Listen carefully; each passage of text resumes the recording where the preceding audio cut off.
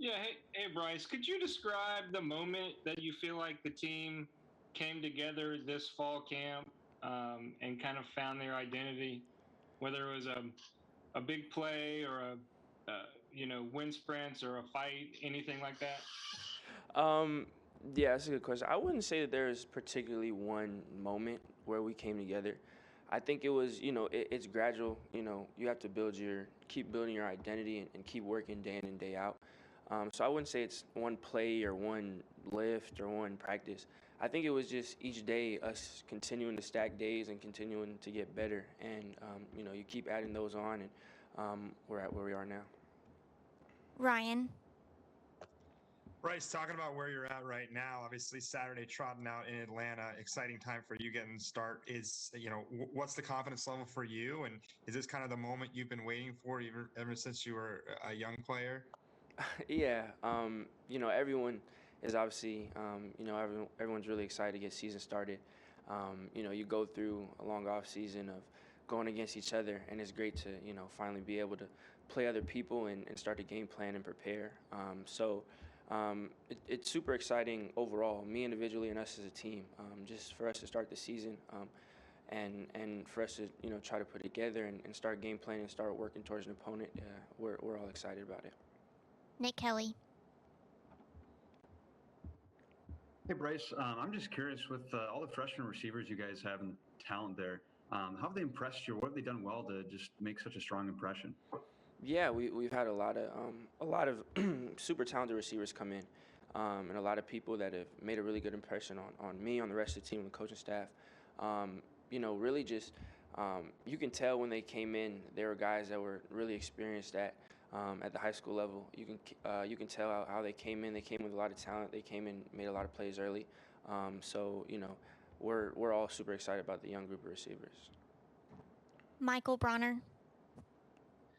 Yeah, Bryce, keeping it on the freshman receivers, can you talk a little bit specifically about JoJo Earl and kind of the development he's had this summer? He seems like he's kind of risen up the depth chart both on special teams and offense. Yeah, JoJo has done a great job. He came in, and we were all really excited when he got in and seeing what he's done on the practice field, seeing the work he's put in. It has a really positive impression on a lot of people on the team and a lot of people on the coaching staff. So we're all excited to see JoJo, and he's been doing a lot and he's been working really hard, and we all have kind of noticed that and seen the professionalism he's come in with. So we're excited for that. Jacob Harrison. Hey, Bryce. Something that Saban has kind of said a few times in his press conferences over the past few weeks is talking about wanting more consistency in your supporting cast on the offense, whether that's wide receivers or running backs or offensive line hasn't been really specified. Where's your confidence level in kind of the pieces that are around you that helps move this offense forward? Yeah, I have all the confidence in the world in my teammates. We are striving for consistency and we're striving for greatness, but that's doesn't just it's not just one particular player, one particular group. Us as a whole, we all are working to be better each and every day, more consistent. So I have supreme confidence in all my teammates. They're guys that really we've been able to come closer and grow together this off season. So I have all the confidence in the world in the people I'm playing with, and we're all working towards that that level of success and that standard that Saban sets for us collectively. Mike Rodak. Yeah, Bryce, just what do you have to worry about the most when you're throwing against Josh Jobe, and just what stands out the most to you about his game? Yeah, Job it's really a great experience for us as an offense to be able to compete against our defense, and in the past games specifically with Job, he's someone that's been really competitive. Always comes to practice with a fire. Always pushes me as a passer, our receiver, whoever he's guarding. So really just that intensity, the attention to detail that you can tell he has, it translates, and it's something that really gets us better and prepares us as we're going into the season. Charlie Potter. Yeah, Bryce, just what impresses you most about Miami's defense when watching film? Yeah, Miami's defense is really good on film. They do a lot of stuff that we have to account for schematically, and they have a lot of playmakers. They especially in the back end and really all 11 are guys that, you know, we've been studying a lot that we know that we have to prepare for. You know, there's someone that we know we have to come in each day and work, and we know we have to bring our best to Atlanta, and it's a great challenge for us. Aaron Settles. What kind of challenge has it been to building cohesiveness on offense? The fact that the guys up front, there's been some injuries, and they haven't been able to work as a collective yet. Yeah, you know, there's always challenges, you know, throughout our offseason, but I think really the time, not only on the field, but off the field, through the meeting room and studying and film and all that, that's really just having those conversations a lot of time off the field really does a lot for us. Obviously, there's, you know, that level being on the field together and that experience that, you know, it's pretty irreplaceable, but even off the field or on the sidelines, when you have conversations and you talk things out and you really start to develop that, you know, you start to come together and everyone gets on the same page. I feel like that's something that's really helped us a lot this offseason. John Zener. Yeah, Bryce, another question about the receivers. We all know how much talent you guys have sent on to the NFL the last couple of years, but how good do you think this current group could be with Mechie back, Bolden back, but then some newcomers as well? Yeah, no, we have a really good group, a really talented group.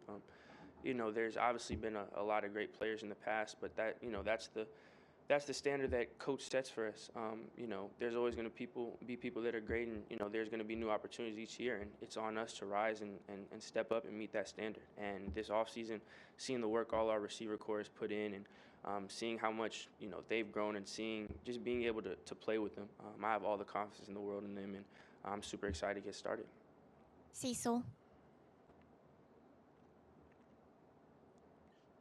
Bryce, this may be a little bit offbeat. You do not seem like a nervous individual, but with your first start coming up, if Alabama wins the toss, would you like to take the ball and get out there first? Oh yeah, you're definitely asking the wrong person. That's definitely a Coach Saban question. Haley. Hey, Bryce, kind of piggybacking off of that, this is your first game week as the starting guy at Alabama, so I'm just curious how you're feeling going into game week as the starter and maybe some things that you learned from last season that's going to help you this weekend.